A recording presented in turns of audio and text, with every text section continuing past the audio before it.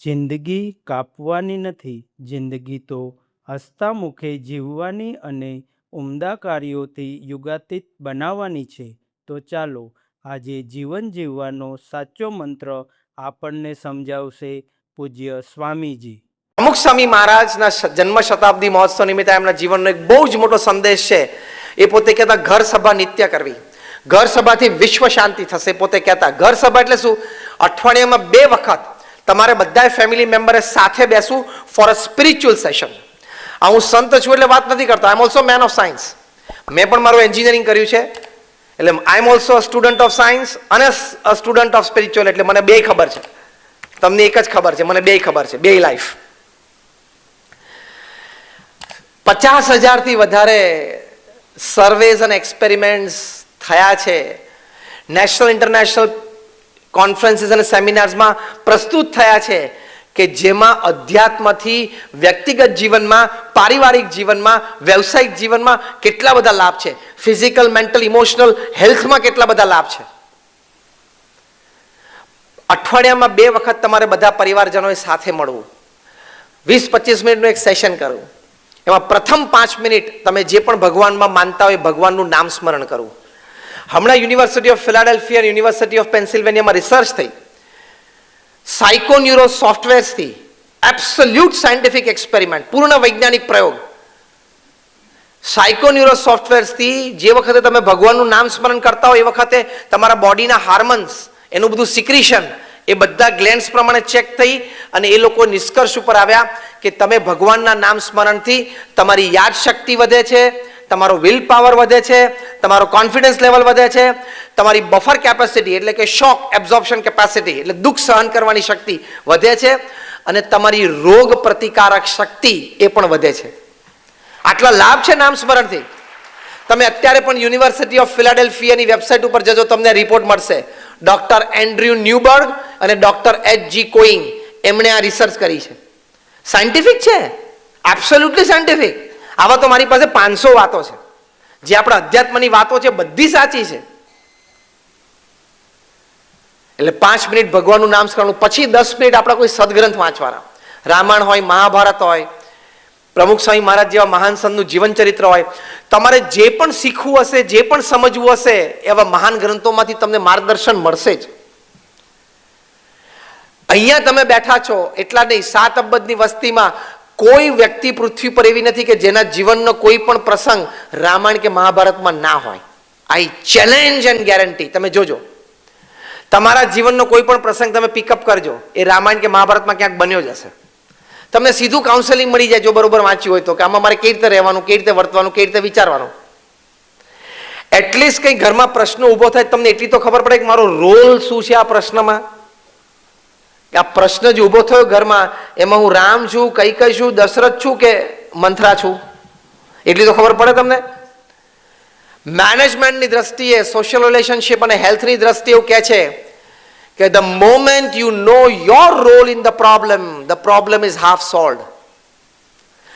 પ્રશ્ન કંઈક પ્રોબ્લેમ ઊભો થયો ઘરમાં, એમાં તમારો રોલ શું છે તમને ખબર પડે ને તોય અડધું સોલ્યુશન આવી ગયું છે. પછી 5 મિનિટ આપણે કરવી, કોને શું વાત ગમી, શું ચર્ચા થઈ, એક્સચેન્જ. બસ પછી કંઈક દિવસ દરમિયાન સારી વાત હોય, એક્સચેન્જ કરી પતે, પછી બધા ઊભા થઈ જાઓ, ફિનિશ. આને પ્રમુખ સ્વામી મહારાજ ઘર સભા કહેતા. BAPS સંસ્થામાં હજારો પરિવાર નિત્ય ઘર સભા કરે છે, બધા ખૂબ સુખી છે. આ બધા પરિવારોમાં કંઈક સાસુ વહુના પ્રશ્નો હતા, વિખવાદ હતા, એ બધા દૂર થયા. બાપ દીકરા વચ્ચે ધંધામાં કંઈક વિખવાદ હતો, નિર્ણય સંબંધી, એ બધા દૂર થયા. ભાઈ ભાઈ વચ્ચે કંઈક નાના મોટા પ્રશ્ન હતા, એ બધા ડિઝોલ્વ થઈ ગયા. એવા હજારો પ્રસંગો બન્યા છે. આ પુસ્તક ઘર સભા એ અમારી સંસ્થા દ્વારા પ્રકાશિત થયું છે. એમાં જે તે વ્યક્તિની પરમિશન લઈને નામ, પ્રસંગ વ્યવસ્થિત લખાયેલા છે. તો પ્રમુખ સ્વામી જેવા મહાન સંતના અનુભવ પરથી આ વાત કરે છે, વાત સાચી છે. તમે આજે અહીંયા આવ્યા છો ને, તો મારે તમને એક સારી વાત આપવી છે. અમે તો કંઈ પૈસા લઈને બોલતા નથી, હું તો 26 વર્ષથી બોલું છું. BAPS ના કોઈ પણ સંત, we don't have money, we don't keep money, we don't touch money. બરોબર છે ને? અમે તો નિસ્વાર્થ સેવા ભાવનાથી બોલીએ છીએ. એટલે અહીંયા હું બોલું છું કે મેં 1 રૂપિયો ચાર્જ નથી કર્યો. હવે તમારા સારા માટે અમે કહીએ છીએ. બાકી અમે અત્યારે મંદિરમાં શાંતિથી બેઠા હોય તો દાદરમાં મોટું 12 માળનું બિલ્ડિંગ છે, ઉપર બેસીને હિંચકા ખાઈને તો કોઈ પૂછે એમ નથી. આ તો તમારા સારા માટે અમે વાત કરીએ છીએ. For your good, for your happiness, for a wonderful your family life. બાકી અમને કોઈ સ્વાર્થ નથી. તમે આ પ્રયોગ કરજો. તમે આજે અહીંયા આવ્યા છો ને તમને એક આ સાચી ને સારી વાત જાણવા મળી છે, તો તમે આ પ્રયોગ કરજો, ઘરે ટ્રાય કરજો. 6 મહિના ટ્રાય કરજો. ના મળે તો ગમે ત્યારે 6 મહિના પછી આપણે મળશું, તમે પાછા આપી દો. તે સ્વામી તમે ખોટું શીખવાડી દો, આમાં કંઈ મજા ના આવી, એવું નહીં થાય. જેમ પેલા બિઝનેસ પ્રોડક્ટમાં પણ ISO સ્ટાન્ડર્ડ હોય ને, અમારું પણ ISO છે. આ એટલે નહીં વાંધો આવે. It's a perfect product. બાર બિઝનેસમાં ISO પ્રોડક્ટ હોય ને, ઇન્ટરનેશનલ સ્ટાન્ડર્ડ ઓર્ગેનાઇઝેશન, એમાં અમારું પણ ISO છે, ઇન્ટરનેશનલ સ્પિરિચ્યુઅલ ઓર્ગેનાઇઝેશન. એટલે અમારી પણ સ્ટાન્ડર્ડ પ્રોડક્ટ છે ઘર સભા. કારણ કે the beauty of character gives stability in the family, harmony in the family.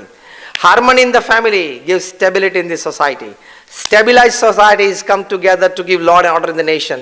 Law and order in the nation brings world peace. A connection છે આખું. એટલે એ આ ઘર સભા ઇમ્પોર્ટન્ટ ફેક્ટર છે.